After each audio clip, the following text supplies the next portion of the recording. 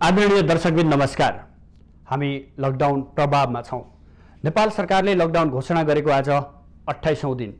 समग्र देशको वस्तुस्थिति र विदेशमा भएका नेपालीको अवस्था र सम्बन्धित देशले कोरोना संक्रमण नियन्त्रणको लागि चालेका पहल र त्यहाँ रहेका विभिन्न सङ्घ संस्था जो नेपालीका लागि हकितका लागि भनेर खोलिएका सङ्घ संस्था छन् उनीहरूले गरेका गतिविधि, त्यहाँको एनआरएन लगायत अन्य विषयवस्तुमा केन्द्रित रहेर आज हामी तपाईहरुलाई प्रत्यक्ष रूपमा जोडिने र त्यहाँका गुनासोहरू सुन्ने गर्नेछौँ। पक्कै पनि दर्शकबिन आज 28औं दिनसम्म आइपुग्दा लकडाउनको प्रभाव देशभरि नै पूर्ण रूपमा परेको छ। देश शान्तमय छ। जसरी सरकारले घोषणा गर्यो त्यसरी नै आम नागरिकले यसलाई पूर्ण रूपमा पालना गरेको अवस्था छ। समग्रमा हेर्दा विश्व परिवेशलाई कोरोनाले आक्रान्त पारेको छ। करिबन 1,65,000 भन्दा बढी व्यक्तिहरूले कोरोना संक्रमणबाट ज्यान गुमाइसकेको अवस्था छ। दर्शकबिन हामी प्रत्यक्ष रूपमा सम्पर्कमा जोडिने प्रयास गरिरहेका छौँ। हामीसँग खेम संग्रौलाजी प्रत्यक्ष सम्पर्कमा आउनुहुन्छ। खेमजी हजुर नमस्ते। हजुर, जसरी तपाईँ अस्ट्रेलियामा कार्यरत रहेर त्यहाँका नेपालीहरूलाई, त्यहाँ जति पनि नेपाली अध्ययनको लागि होस् या कामको लागि रहेका नेपालीहरूलाई विभिन्न समयमा सहयोग गर्दै आउनु भएको छ, अहिले अस्ट्रेलियामा रहेका विद्यार्थीको समस्या के छ, यसलाई कसरी नियालिरहनु भएको छ? धन्यवाद सर। म अस्ट्रेलियामा कार्यरत भन्दा पनि म चाहिँ एउटा शैक्षिक परामर्श व्यवसायी हुँ र हाम्रो अफिस चाहिँ अस्ट्रेलियामा पनि छ र म चाहिँ हाल काठमाडौँमा बस्छु। हाम्रो चाहिँ अस्ट्रेलियाका विभिन्न सहरहरूमा नै अफिसहरू छन् र अब म नेपालमै भए पनि अब अस्ट्रेलियाको इन्फर्मेसनबाट अछुट्टै छैन र यहाँले भनेअनुसार अस्ट्रेलियामा अहिले कस्तो छ विद्यार्थी तथा नेपालीहरूको विषयमा कुरा गर्दै गर्दा अहिले अस्ट्रेलिया नेपाल जस्तै नभए पनि सेमी लकडाउनमा चाहिँ छ र मेन्टेन गरेर सावधानीपूर्वक सामाजिक सोसियल लाइफहरू चाहिँ चलेको छ र यहाँको जस्तो 100% डेड ब्लक चाहिँ भएको छैन, तर पनि सावधानीपूर्वक तरिकाले चाहिँ सामान्य जिन्दगी चलेको छ। त्यस्तो आत्ति हाल्नुपर्ने खालको स्थिति चाहिँ छैन। हजुर, तपाईले यसो बताइरहँदा हामीले अस्ट्रेलियामा रहेका नेपाली विद्यार्थीहरू पनि सँग पनि हामी सम्पर्क गर्ने प्रयास गरेका थियौँ। हाम्रो सम्पर्क पनि भएको थियो। उहाँहरूले सम्बन्धित देशले अथवा अस्ट्रेलियाले केही पहल गरेन र एनआरएन जस्ता विभिन्न सङ्घ संस्थाहरूले पनि पहल गरेनन् भन्ने गुनासो पनि हामीलाई जनाउनु भएको थियो नि।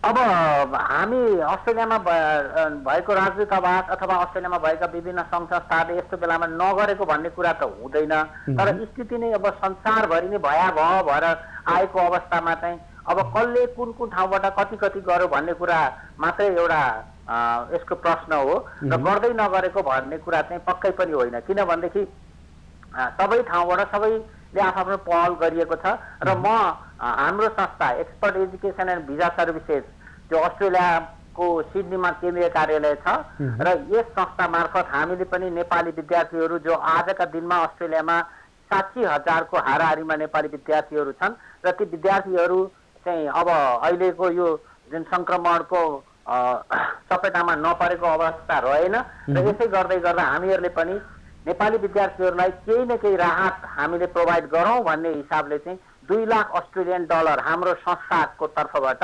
Expert education and visa services अन्तर्गतको हाम्रो एक्सपर्ट फाउन्डेसन भन्ने चाहिँ परोपकारी संस्था छ।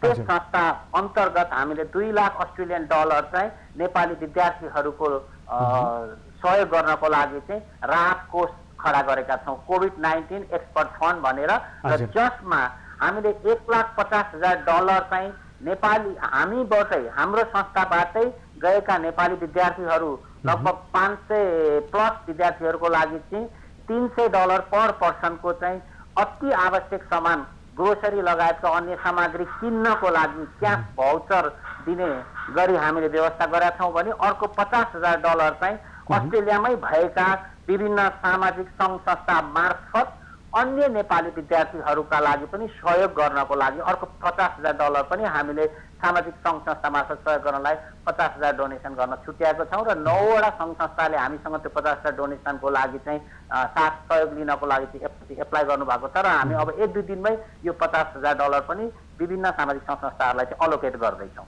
हजुर खेमजी, तपाईँले यसो बताइरहँदा त्यहाँ अस्ट्रेलियामा रहेका नेपाली विद्यार्थीले कसरी सम्पर्क गर्ने, कहाँ जाने, कसरी व्यवस्था हुन्छ यो त्यहाँनिर? धेरै राम्रो क्वेसन गर्नुभयो सर।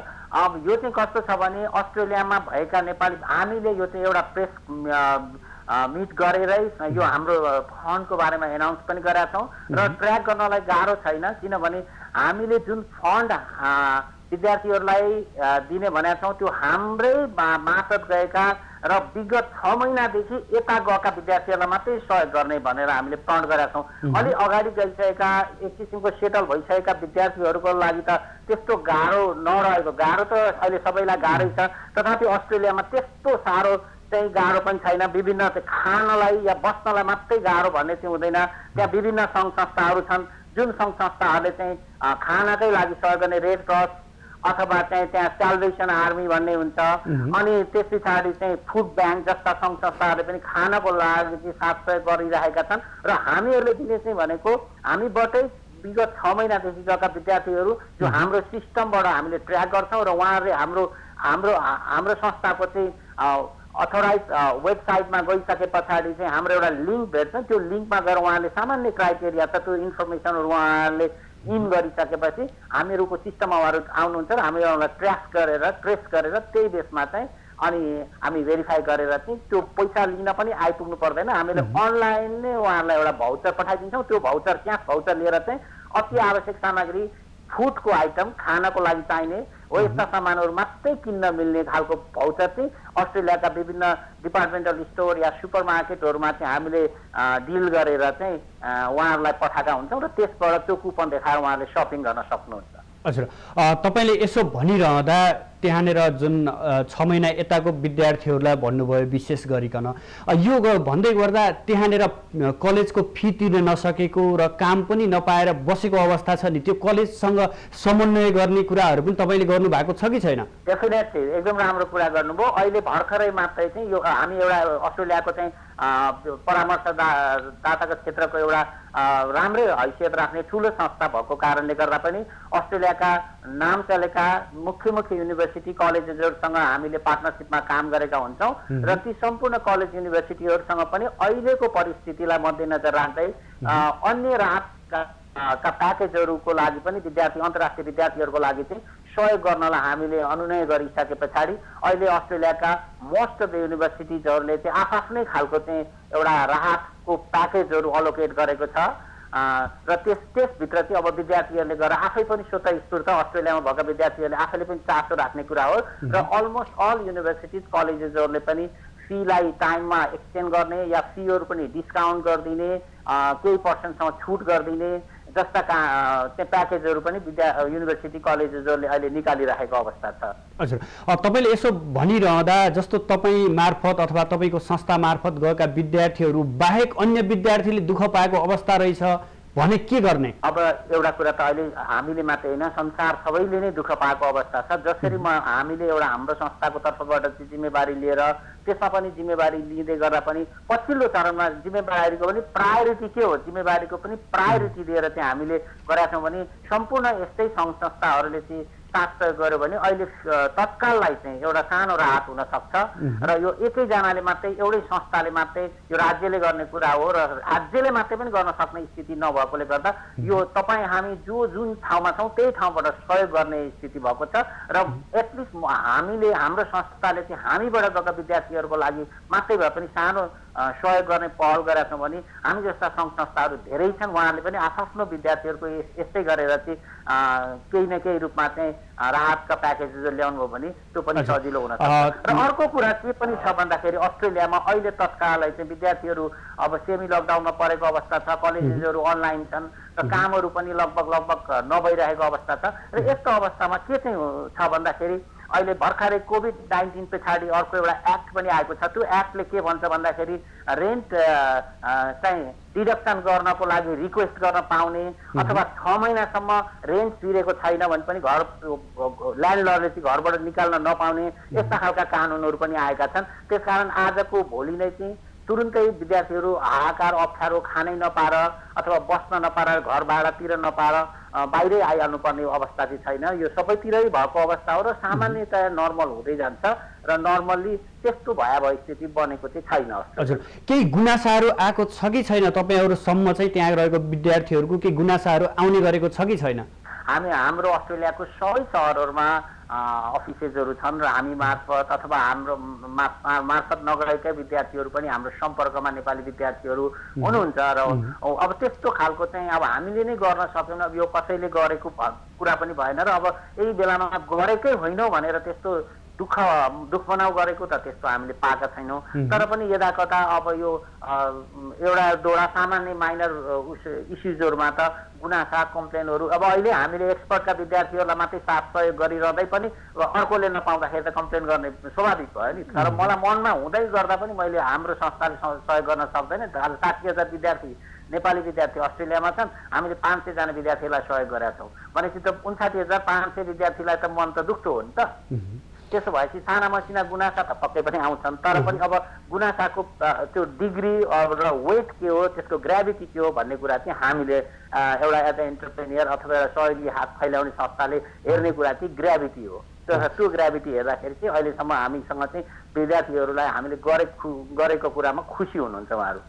हुन्छ खेमजी, समग्रमा तपाईँले जुन भूमिका खेल्नु भएको छ अथवा तपाईँको संस्थाले जुन अस्ट्रेलियामा रहेका विद्यार्थीलाई भूमिका खेलेर त्यहाँका विद्यार्थी कुनै पनि समस्या नआओस् भनेर जुन भूमिका खेल्नु भएको छ यसको लागि हामी पनि सराहनीय गर्छौँ र थप जिम्मेवारपूर्ण रूपमा चाहिँ यो कार्य अगाडि बढ्दै जाओस्। अहिलेलाई भने हामी छुट्टिन्छौँ। धन्यवाद। यहाँले पनि आफ्नो टेलिभिजनबाट चाहिँ हाम्रो कुराहरू राख्ने मौका दिनुभयो, यहाँको लागि पनि धेरै धेरै धन्यवाद दिन चाहन्छु। Stay safe, thank you so much. दर्शकबिन, हामीसँग हुनुहुन्थ्यो खेम सङ्ग्रौला, जसले चाहिँ अस्ट्रेलियामा रहेका विद्यार्थीहरूको लागि जो विद्यार्थीहरू अस्ट्रेलियामा अध्ययनरत हुनुहुन्छ उहाँहरूलाई केही समस्या पर्यो भने हामीहरूले चाहिँ विभिन्न फन्डहरू स्थापना गरेका छौँ, विभिन्न फन्ड कोषहरू बनाएका छौँ। त्यो मार्फत हामी सहयोग गर्न तयार छौँ। केही अप्ठ्यारो पर्यो भने उहाँले जसरी बताउनु भयो वेबसाइटमा पनि जान सकिन्छ र त्यहाँ रहेका विभिन्न सङ्घ संस्थाहरूलाई पनि प्रत्यक्ष रूपमा सम्पर्क गरेर त्यहाँबाट सेवा सुविधा लिन सक्नुहुनेछ। कोही पनि नेपाली विद्यार्थीहरूलाई अप्ठ्यारो नपरोस् भन्ने हेतुले चाहिँ आफूहरूले कार्यक्रम सुरु गरेको जानकारी गराउनु भयो। दर्शकबिन, यावत समस्या छ, नेपालभित्र पनि आफ्नो समस्या छ भने नेपाल बाहिर पनि आफ्नै समस्या छन्।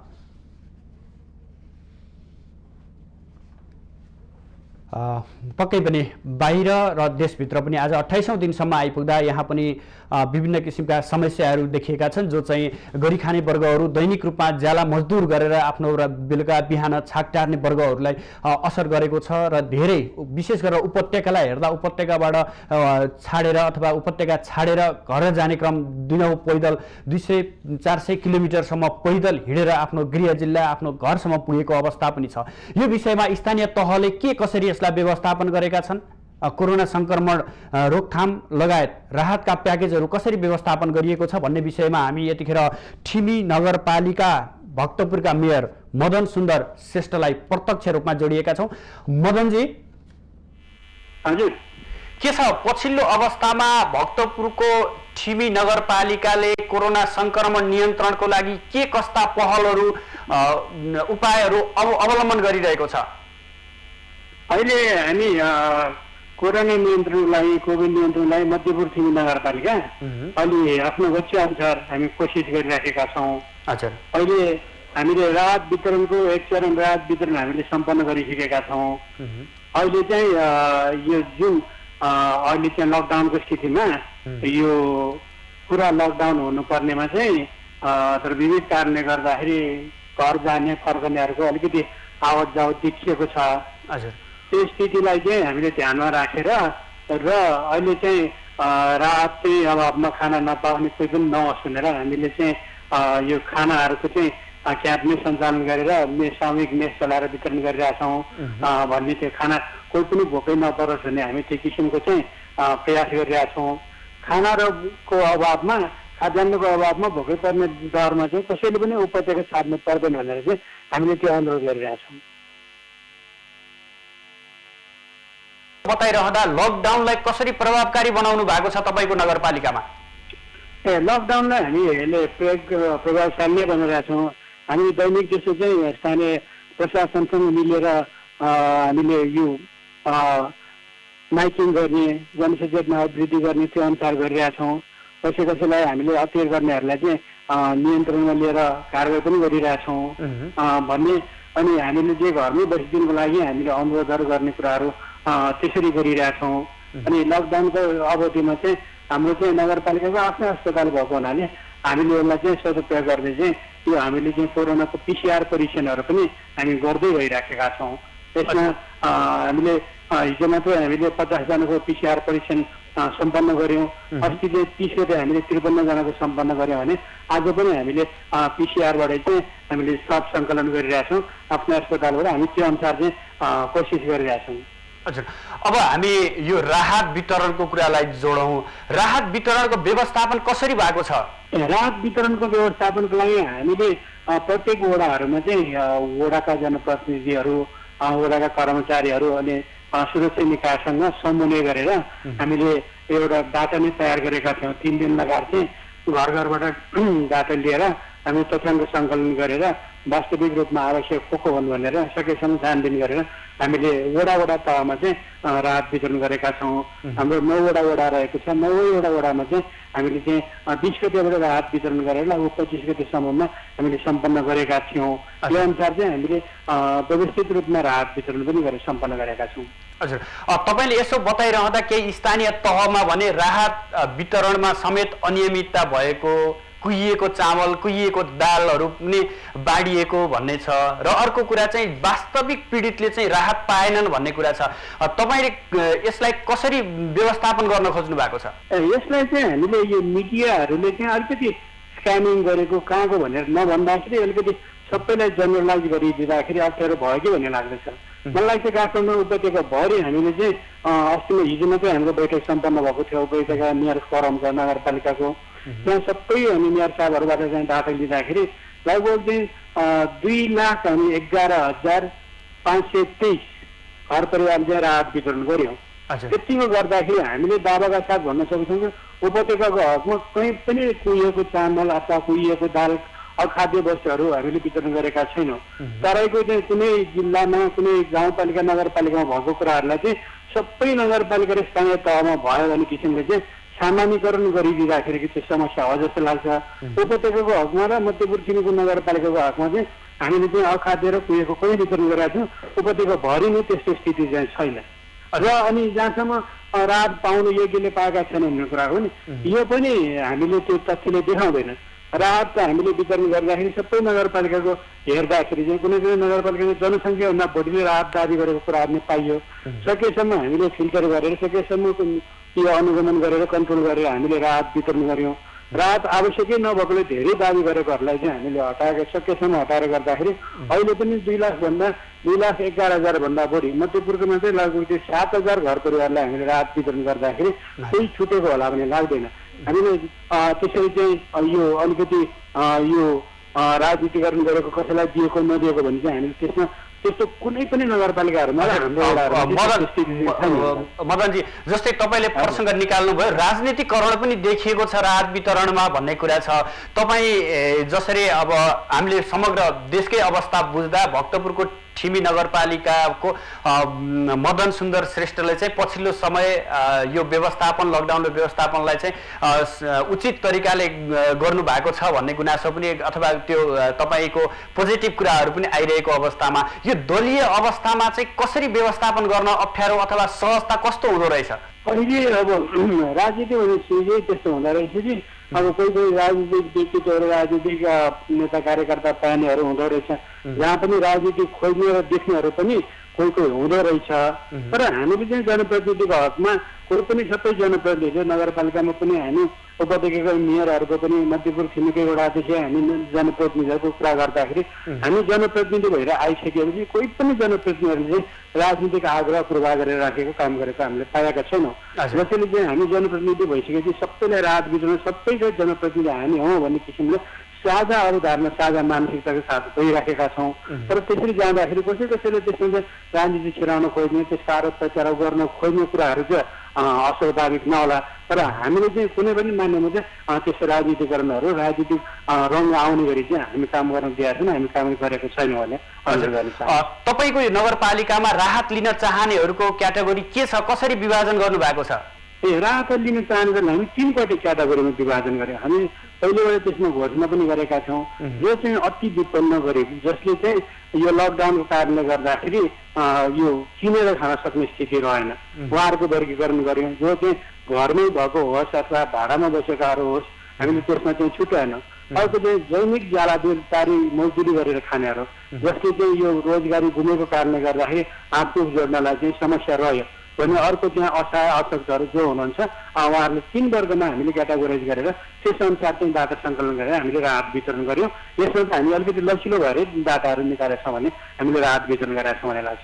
हजुर, अब तपाईँको नगरपालिकाभित्रबाट हामीसँग केही गुनासोहरू अथवा राहत नपाएको गुनासोहरू आयो भने हामी तपाईँलाई अथवा सम्बन्धित वडाहरूलाई सम्पर्क गर्न सक्छौँ त? एकदम सिधै त्यस्तो भयो भने चाहिँ कृपया हामीलाई चाहिँ नगरपालिकामा सम्पर्क गरिदिनुहोस्, होइन वडा कार्यालयहरूमा सम्पर्क गरिदिनुहोस्। हामी उहाँहरूको लागि वास्तविक रूपमै राहत आवश्यक छ भने चाहिँ घरमै पुर्याइदिन पनि सक्छौँ। तर हातमुख जनलाई खाना नै समस्या भयो भने चाहिँ हामीले सामूहिक मेस सञ्चालन गरिरहेछौँ। अहिले गथाघरमा हामीले एउटा नमुना रूपमा सञ्चालन गरिरहेछौँ। त्यो कोही पनि चाहिँ मध्यपुरको एरिया भयो भने चाहिँ लगभग चाहिँ हाम्रो 4.5 किलोमिटर 4.5 किलोमिटरको डिस्टेन्स मात्रै रहेको छ। त्यो चाहिँ हाम्रो 11.47 स्क्वायर किलोमिटर भने सानो नगरपालिका छ, तर आबादी धेरै छन्। त्यस हिसाबमा चाहिँ त्यो हामीले चाहिँ सामूहिक मेस जहाँ चलाइरहेको छ त्यहाँ हेर्नको लागि हिँडेरै जाने हो भने चाहिँ 15 मिनटदेखि आधी घन्टासम्ममा सबैतिरबाट पुग्न सक्ने स्थिति चाहिँ छन्। त्यस आधारमा कोही राहत अभावमा चाहिँ खानै नपाउने त्यस्तो स्थिति रह्यो भने चाहिँ सामूहिक मेसमा आइदिनुको लागि हामी अनुरोध गर्छौँ। यसो यदि त्यस्तो चाहिँ स्थिति रहेन, अप्ठ्यारो स्थिति रह्यो भने चाहिँ वडा कार्यालय र नगरपालिकामा सम्पर्क गर्नुभयो भने हामी आवश्यकता अनुसार चाहिँ राहत पुर्याइदिनलाई हामी प्रतिबद्ध नै छौँ। हजुर, यो दैनिक जसो त्यो मेसमा खाना आउनेको सङ्ख्या कस्तो छ र कस्ता व्यक्तिहरू आउने गर्नु भएको छ? अहिले दैनिक मेस चलाउँदाखेरिको यो एउटा चाहिँ राम्रो कुरा रहेछ। इन्डियाको नि हामीले अलिकति अनुसरण गऱ्यौँ। तर यो राहत पाएन भने चाहिँ मिडियामा फोन गर्ने, मिडियाकर्मीलाई बोलाएर युट्युबमा भिडियो अपलोड गर्नेहरू वास्तवमा उनीहरू चाहिँ खाना नपाएर भन्दा पनि जनप्रतिनिधिहरूलाई चाहिँ बजेटिङ गर्न र राजनीति गर्नेहरूलाई प्रेरित भएकोहरू जस्तो पायौँ। त्यसै कारणले गर्दा कसैको चाहिँ वास्तविक रूपमा चाहिँ खाना पाउनु भएको छैन भने चाहिँ आउनुहोस् न, हामी मेसमा सञ्चालन गरिरहेका छौँ। निःशुल्क रूपमा हामी चाहिँ सुविधाजनक रूपमा अहिलेको आवश्यकता अनुसार खाना उपलब्ध गराउँछौँ भनेर गरिराखेका छौँ।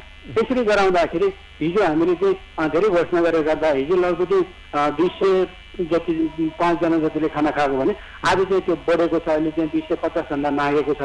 यस अनुसार चाहिँ यो वृद्धि हुँदै गएको छ। जसले चाहिँ वास्तविक रूपमा खानाको अभावमा रहेको छ नि उहाँहरूलाई चाहिँ हामीले आग्रह गरिरहेका छौँ। अहिले आउने क्रम चाहिँ जारी रहेको छ। हामी एउटा ठाउँमा चाहिँ मेसमा चाहिँ 500 जना बढी भयो भने चाहिँ अर्को मेस सञ्चालन गर्ने गरी हामी तयारी गरेर लागिरहेका छौँ। हुन्छ मदनजी, समग्र आफ्नो नगरपालिकाले कसरी व्यवस्थापन गरेको छ यो लकडाउनलाई र राहतका वितरणमा चाहिँ व्यवस्थापन लगायत त्यहाँका समस्याहरू के छन् भन्ने कुरा जानकारी गराइदिनु भयो, यसको लागि धेरै धेरै धन्यवाद। तपाईँलाई धन्यवाद। दर्शकबिन, हामीसँग हुनुहुन्थ्यो भक्तपुरको ठिमी नगरपालिकाका मेयर मदन सुन्दर श्रेष्ठ। उहाँले समग्र आफ्नो नगरपालिका ठिमी नगरपालिकामा भएका गतिविधिहरू लकडाउनलाई कसरी प्रभावकारी बनाइएको छ र त्यहाँनिर विशेष गरेर राहतका कुराहरूमा चाहिँ कसरी राहत दिइएको छ र मेसहरू पनि सञ्चालन गरिएको छ। जो दुखी हुनुहुन्छ, जसलाई चाहिँ दैनिक रूपमा खानाहरू पुगेको छैन, उहाँहरू आउन सक्नुहुन्छ। हामी दिनरात नबनिकन सेवामा खटिरहेका छौँ भनेर जानकारी पनि गराउनु भयो। समग्र हेर्दा देशभर नै स्थानीय तहले आफ्नै किसिमले त्यहाँको भौगोलिक बनावट, त्यहाँको वस्तुस्थिति हेरिकन आफ्नै किसिमले चाहिँ व्यवस्थापन गरिरहेको अवस्था छ। यतिखेर हामी गुल्मीतर्फ लाग्दैछौँ। गुल्मीबाट सुमन महतरा प्रत्यक्ष सम्पर्कमा हुनुहुन्छ। सुमनजी, दर्शकवृन्द, हामी विभिन्न स्थानीय तहका गतिविधि के कसरी सञ्चालन भइरहेका छन्, जो लकडाउनको आज 28औं दिनसम्म आइपुग्दा त्यहाँको दैनिक आपूर्तिको कुरा र त्यहाँनिर वितरण गरिएको राहतको कुरा क्वारेन्टाइनको कुरा लगायत त्यहाँको समग्र वस्तुस्थितिको बारेमा पनि हामी जानकारी लिने कोसिस गरिरहेका छौँ भने विदेशमा रहेका नेपालीहरूको अवस्था, त्यहाँ त्यो देशले अवलम्बन गरेको कोरोना सङ्क्रमण नियन्त्रणको लागि गरेको अवलम्बन गरेका विषयवस्तु कसरी के र अगाडि बढाइरहेको छ भन्ने विषय पनि हामी जोड्ने प्रयास गरिरहेका छौँ। हामीसँग सुमन महतरा प्रत्यक्ष सम्पर्कमा हुनुहुन्छ। सुमनजी, सुदर्शनजी, के छ पछिल्लो गुल्मीको अवस्था के छ? लकडाउनलाई गुल्मीमा कसरी हेरिएको छ? जनताहरूले कसरी पालन गरिरहेको अवस्था छ? पक्कै पनि सुदर्शनजी, 2 नगरपालिका र 10 गाउँपालिका गरी 12वटा स्थानीय तह रहेको गुल्मीमा यो कोरोना रोकथाम र नियन्त्रणको लागि स्थानीय सरकार प्रशासन सबै यति बेला लागि परेको देखिन्छ र गुल्मीमा पनि कोरोना नियन्त्रण गर्नको लागि बागलुङदेखि सीमाना नजिकै रहेको कारणले गर्दा गुल्मीको मुसिकोट नगरपालिका, मालिका गाउँपालिका र चन्द्रकोट गाउँपालिकाका नाकाहरूमा अलिकति कडाइका साथ लागू गरिएको स्थानीय सरकारले बताएको छ र गुल्मीमा पहिलो चरणको राहत वितरण कार्यक्रम सम्पन्न भइसकेको छ। करिब 1158 परिवारलाई राहत वितरण गरिएको छ। गुल्मीमा के छ भने अलिकति गैर जिम्मेवारी कुरा स्थानीय सरकारले कसरी गरेको छ भने करिब 1750 जना वैदेशिक रोजगारबाट गुल्मी आए तापनि जम्मा 81 जनालाई मात्र क्वारेन्टाइनमा राखिएको छ। अरू अन्य व्यक्तिहरू भने होम क्वारेन्टाइनमा राखिएको छ। यो एउटा अलिकति गैर जिम्मेवारी कुरा स्थानीय सरकारले गरेको छ भने लकडाउनलाई पहिला सुरुमा सहर केन्द्रित अलिकति बढी मात्रामा लकडाउनको पालना गरिएको थियो भने अहिले पछिल्लो क्रममा गाउँहरूमा पनि लकडाउनको पालना गर्नको लागि निरन्तर रूपमा स्थानीय सरकार लागि परेको देखिन्छ। हजुर, जसरी यो राहतको कुराहरू पनि छ, स्थानीय तहहरूले आफ्नै किसिमबाट जुन केन्द्र सरकारको नीतिगत रूपमा र आफ्नै किसिमबाट पनि विभिन्न किसिमका नीतिहरू बनाएर राहत वितरण गरेको कुराकानी छ। यसमा गुनासोहरू कतिको आएको पाउनु भएको छ? राहत वितरण समान रूपले भएको छ अथवा के छ? त्यहाँ गुल्मीमा राहत वितरणलाई अलिकति समान रूपले लिएको पाइन्छ। अलिकति मतभेद र राजनीतिकरण नगरिकन समान तरिकाले क्याटेगोरी छुट्याएर श्रमजीवीहरू सबैलाई क्याटेगोरी छुट्याएर त्यही अनुसार नै सबैलाई दिएको छ र गुल्मीमा कुनै पनि मतभेद भएको छैन राहत वितरणमा। हजुर, अर्को कुरा जस्तो स्वास्थ्यको कुरा हुन्छ, अत्यावश्यक सेवा सुविधाहरू प्रदान गर्ने सवारीहरूलाई कसरी व्यवस्थापन गरेको पाउनु भएको छ र खाद्यान्न ढुवानीहरू कसरी भइरहेको छ? गुल्मीमा खाद्यान्न र अति आवश्यक पर्ने एम्बुलेन्सहरू र प्रेसका गाडीहरू चलिरहेको देखिन्छ र त्यस्ता गाडीहरूलाई पहिला विभिन्न वाहना बनाएर प्रेसका पास कार्डहरू लिने र विभिन्न वाहना बनाएर जानेहरू गरिन्थ्यो भने अहिले पास कार्ड पूर्ण रूपमा बन्द गरिएको प्रमुख जिल्ला अधिकारी भरत कुमार शर्माले बताउनु भएको छ र ढुवानीका गाडीहरू पनि जुन पास कार्ड दिएर प्रत्येक स्थानीय तहहरूमा जाने र ढुवानी गरेर आउने काम पनि भइसकेको छ भने जुन अत्यावश्यक इमर्जेन्सी सेवा सञ्चालन गरिएको छ र अन्य केसहरू भने अस्पतालहरूमा हेरिएको छैन। हजुर, अहिले त यो बाली भित्राउने र नयाँ बाली लगाउने सिजन पनि हो। गाउँ गाउँमा यसरी लकडाउन भएको अवस्थामा गाउँ प्रशासनले त हजुरले भने जस्तो प्रशासनले थप गाउँमा कडाई गरेको अवस्थामा चाहिँ कृषकहरू आफ्नो खेतबारीसम्म कसरी पुगेका छन्? त्यहाँ काम कसरी गरेका छन्? अहिले के छ भने लकडाउनलाई पूर्ण रूपमा पालना गर्नको लागि गाउँ केन्द्रित भएको छ स्थानीय सरकार र कृषकहरूले आफ्नो बाली भित्रनको लागि कृषकहरूलाई कुनै पनि प्रभाव परेको छैन। उनीहरूले आफूले लगाएको बालीलाई घर भित्रनको लागि कृषकहरूलाई कुनै पनि तौरबाट असुविधा त्यस्तो दिएको छैन र कृषकहरूलाई लकडाउनले त्यस्तो कुनै पनि प्रभाव पारेको छैन। गुल्मीमा कोरोना संक्रमितको संख्या अथवा कोरोना संक्रमित व्यक्तिहरू देखा नपरे पनि केहीको परीक्षणको लागि पठाइएको थियो भन्ने समाचारहरूमा आएको थियो। यसको अवस्था, यसको रिपोर्ट केही आएको छ अथवा के छ? त्यहाँ पछिल्लो जानकारी अनुसार गुल्मीमा करिब 32 जनाको रिपोर्ट टेस्ट गरिएको र 32 जनाकै नेगेटिभ आएको भन्ने जानकारी प्राप्त भएको छ। सुदर्शनजी, हजुर, हुन्छ सुमनजी, समग्रमा गुल्मीको अवस्थाबारे जानकारी गराइदिनु भयो, यसको लागि धेरै धेरै धन्यवाद। हस्, धन्यवाद सुदर्शनजी। दर्शकबिन, हामीसँग हुनुहुन्थ्यो गुल्मीबाट सुमन महतरा। समग्र गुल्मीको अवस्था र त्यहाँ राहत वितरण र लकडाउनको प्रभावकारिता कसरी गरेको छ, स्थानीय तहले के कस्ता उपायहरू अवलम्बन गरेको छ भन्ने विषयमा जानकारी गराइदिनु भयो। यसरी समग्रमा हेर्दा पहाडका जिल्लाहरूमा समग्र शान्तपूर्ण नै रहे पनि तराईका जिल्लाहरूमा भने राहतको कुराहरूमा केही विभेद पनि गरिएको र केही कुहिएको चामल दालहरू पनि वितरण गरिएको भन्ने गुनासाहरू पनि बढ्दै गएको पाइन्छ भने जसरी भारत र नेपालको खुला सिमाना र सिमाना को मुख्य नाकाहरू बाहेक भित्री बाटो हुँदै प्रवेश गर्नेहरू पनि देखिएको छ भनेर हाम्रा जिल्ला सहकर्मीहरूले बताइरहेको अवस्था छ। अब हामी 12 तर्फ लाग्दैछौँ। 12बाट हाम्रा सहकर्मीले हामीलाई श्याम गुप्ता सहकर्मीले हामीलाई त्यहाँनिर कुहिएको दाल र चामलहरू वितरण गरिएको भनेर एउटा सूचना पठाउनु भएको थियो। हामी प्रत्यक्ष सम्पर्कको लागि हामी श्याम गुप्तासँग जोडिन्छौँ। त्योभन्दा पहिला हामी विश्व कोरोना अपडेट गराउन चाहन्छौँ। पछिल्लो अपडेट अनुसार विश्वभर 1,65,105 जना व्यक्तिहरू कोरोना संक्रमणका कारण ज्यान गुमाएको अवस्था छ भने 24,08,148 व्यक्तिहरू कोरोनाको संक्रमणमा हुनुहुन्छ। त्यस्तै 6,29,061 जना व्यक्तिहरू यसबाट निको भएर फर्किसकेको अवस्था पनि छ। समग्र विश्वलाई हेर्दा अमेरिका सबैभन्दा अगाडि छ। त्यहाँनिर संक्रमणको दर पनि 7,64,265 पुगिसकेको छ भने मृत्यु दर पनि 40,000 भन्दा माथि पुगेको छ। त्यस्तै गरी स्पेनमा 1,98,674 जना संक्रमित भइरहँदा 20,453 जनाले ज्यान गुमाइसक्नु भएको छ। त्यस्तै इटालीमा 1,78,972 जनामा कोरोना संक्रमण देखिएको छ भने 23,660 जनाको मृत्यु भइसकेको छ। त्यस्तै गरी फ्रान्समा 1,52,894 मा संक्रमण देखिएको छ र 19,718 जनाको मृत्यु भइसकेको छ। त्यस्तै गरी चीनमा 82,747 जनामा संक्रमण देखिएको र मृत्यु भने 4,632 जना रहेको विश्व स्वास्थ्य संगठनको रिपोर्टमा बताइएको छ। दर्शकबिन, यतिखेर हाम्रा 12 सहकर्मी श्याम गुप्ता हामीसँग प्रत्यक्ष टेलिफोन सम्पर्कमा हुनुहुन्छ। श्यामजी। हजुर सुदर्शनजी। हजुर, पछिल्लो अवस्था के छ 12 को त्यो बताइदिनुहोस् न। सुदर्शनजी, यो कोरोना सम्बन्धी यो 12 जिल्लाको पछिल्लो अपडेट बताउनु पर्दा यहाँ 12 मा कुल 392 बेडको क्वारेन्टाइन बनाइएको छ। 12 जिल्लाको हरेक स्थानीय तहमा बनाइएको छ र यहाँ अहिलेसम्मको अपडेट अनुसार जम्मा 170 जनाहरूलाई चाहिँ यो क्वारेन्टाइनमा राखेर उपचार भइरहेको अवस्था छ र यो 12 जिल्ला अन्तर्गत जितपुर सिङ्गा उपमहानगरपालिकामा उपमहानगरपालिकाको क्वारेन्टाइनमा अहिले 10 जना बिरामीहरू 10 जनाले चाहिँ क्वारेन्टाइनमा राखिएको छ।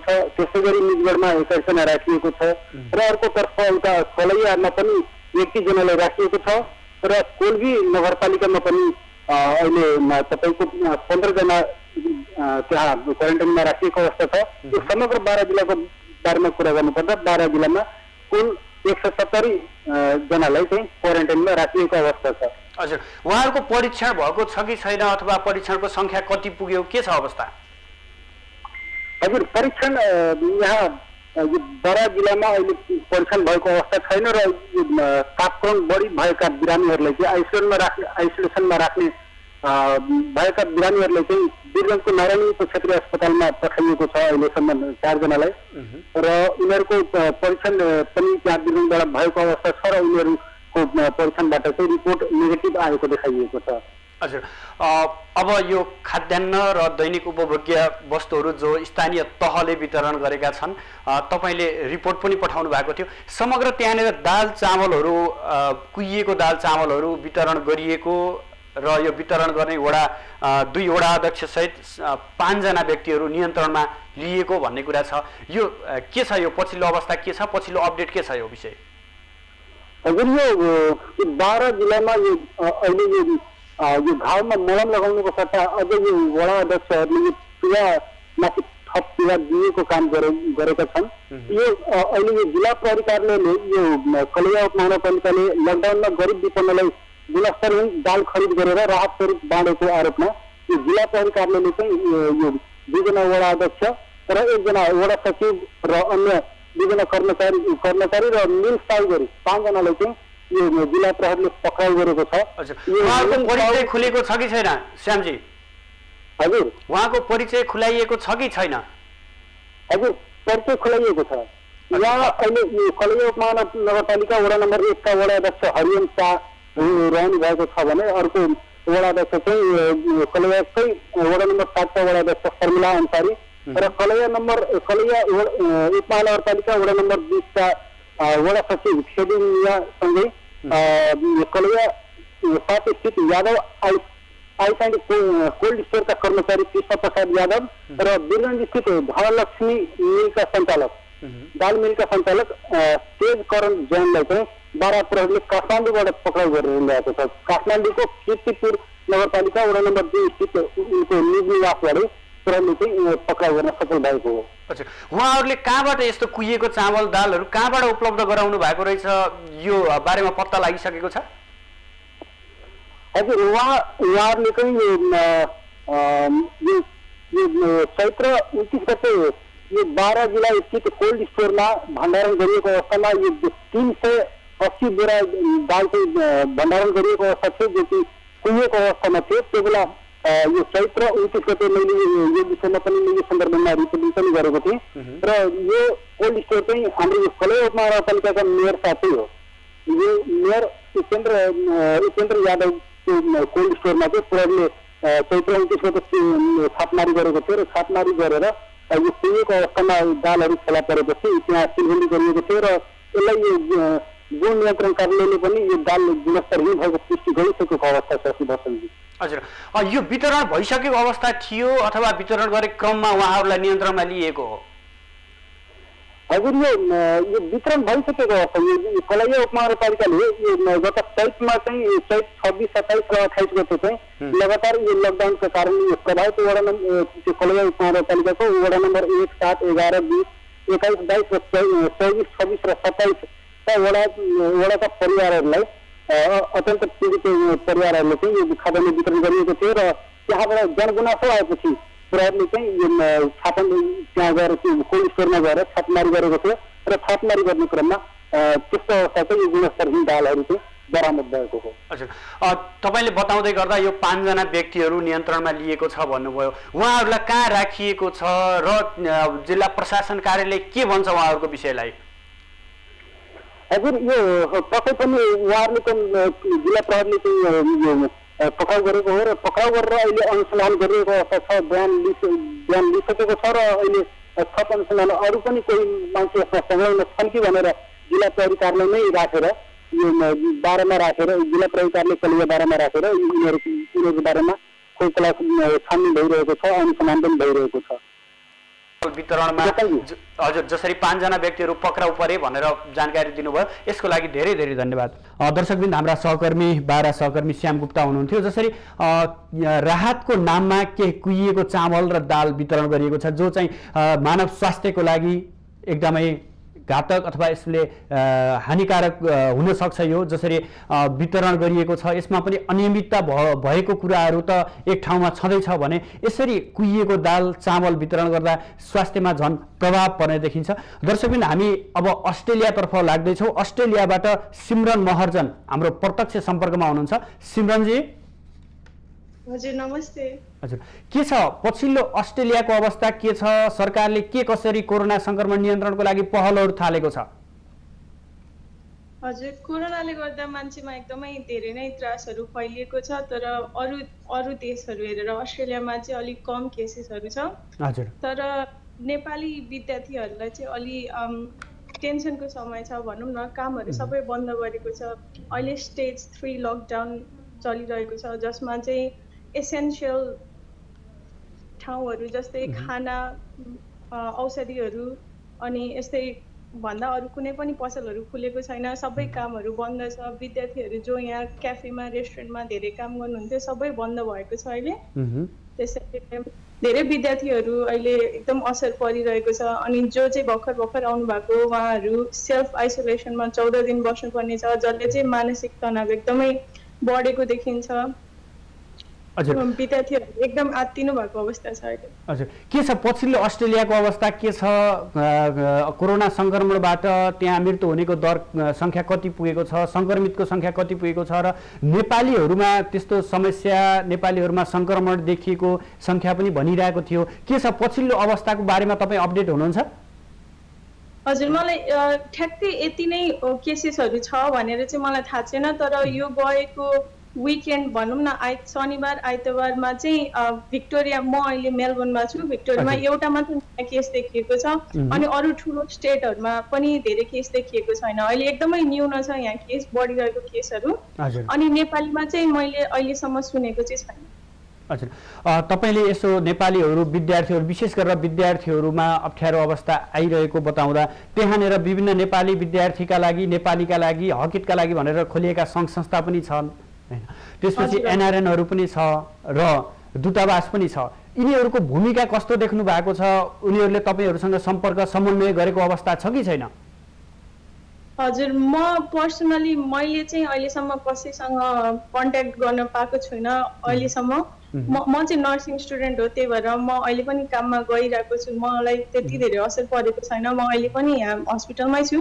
तर अरू विद्यार्थीहरूको लागि चाहिँ मैले सुनेसम्म एनआरएनएले विद्यार्थीहरू जोसँग केही पनि आम्दानीको स्रोत पनि छैन, जो खाना बस्न पनि प्रब्लम भइरहेको छ, उहाँहरूलाई चाहिँ सहयोग गर्नुभएको मैले सुनेको छु। अनि धेरै मान्छेहरूले निजी हिसाबमा पनि यहाँबाट पैसाहरू उठाएर हेल्प गरिरहनु भएको छ। दूतावासले चाहिँ केही स्टेटमेन्ट अप्रुभ गर्नुभएको थियो, जसमा चाहिँ मान्छेहरूले जो विद्यार्थीहरू गाह्रो समस्यामा हुनुहुन्छ उहाँहरूको नाम लेखाएर केही गर्नुहुने भन्ने थियो। तर मैले त्यसमा राम्ररी हेरिनँ, मैले धेरै सुनेको छैन। एनआरएनए र निजी व्यवसायहरू अनि निजी व्यक्तिहरूले चाहिँ पहल गर्नुभएको छ। हजुर, तपाईँले म अस्पतालमा कार्यरत छु पनि भन्नुभयो, त्यो अस्पतालले तपाईँहरूलाई अथवा डाक्टर नर्सहरूलाई चाहिँ कसरी व्यवस्थापन गरेको छ? त्यहाँ स्रोत साधनहरू उपलब्ध गराउनु कतिको सहज रूपमा उपलब्ध गराएको अवस्था छ? यो हस्पिटलहरूमा एकदम राम्रो हिसाबमा स्रोत साधनहरू दिइरहनु भएको छ हामीलाई चाहिँ। तर यहाँ चाहिँ एकदम राम्रो छ, व्यवस्थित छ, व्यवस्थित रूपमै चलिरहेछ अगाडि भनौँ न। सबै एकदम न्यून छ केसहरू, नयाँ केसहरू। अनि कोभिडको लागि, कोरोनाको लागि स्क्रिनिङ हुने छुट्टै छ, बेग्लै छ क्लिनिक। यहाँ हामीलाई केही पनि असर परेको छैन। हुन्छ सिमरनजी, समग्र अस्ट्रेलियाको अवस्था र त्यहाँ रहेका नेपालीको बारेमा पनि जानकारी गराइदिनु भयो, यसको लागि धेरै धेरै धन्यवाद। हजुर, हजुरलाई पनि धन्यवाद। दर्शकवृन्द, हामीसँग हुनुहुन्थ्यो अस्ट्रेलियाबाट सिमरन महर्जन। समग्रमा अस्ट्रेलियाको अवस्था के छ र नेपालीहरूको विशेष गरेर विद्यार्थीहरूको अवस्था बारेमा चाहिँ उहाँले जानकारी गराउनु भयो। यसरी समग्र हेर्दा विश्व नै आक्रान्त भएको अवस्था हो। कोरोना सङ्क्रमण नियन्त्रणको लागि विश्व नै लागि परेको छ। विश्वका शक्ति सम्पन्न मुलुकहरू पनि यसबाट पीडित भएको छ। विशेष गरेर चीनको वुहानबाट सुरु भएको कोरोना सङ्क्रमण विशेष गरेर अहिले पछिल्लो समय युरोप र अमेरिका, दक्षिण एसियाका मुलुकहरूमा फैलिँदै गइरहेको छ भने आज नेपालमा पनि लकडाउन गरिएको 28औं दिनसम्म आइपुगेको छ। 28औं दिनसम्म समग्र नेपालमा अहिलेसम्म पछिल्लो अवस्थामा चाहिँ 31 जनामा कोरोना सङ्क्रमण देखिएको, जसमध्ये 4 जना व्यक्तिहरू त्यसबाट ठिक भएर घर फर्किसकेको अवस्था छ भने अन्य व्यक्तिहरू विभिन्न आइसोलेसनहरू, अस्पतालहरूमा बसेर उपचार गराइरहेको अवस्था छ। हामी तपाईँहरूलाई निरन्तर रूपमा कोरोना अपडेट र विश्व परिस्थिति र यसका प्रभावहरूलाई जानकारी गराउने र यस सन्दर्भमा विभिन्न देशहरू र नेपालका स्थानीय तहहरूसँग जोडिएर जानकारीहरू दिने क्रममा छौँ। अहिले भने पालो भएको छ विश्रामको।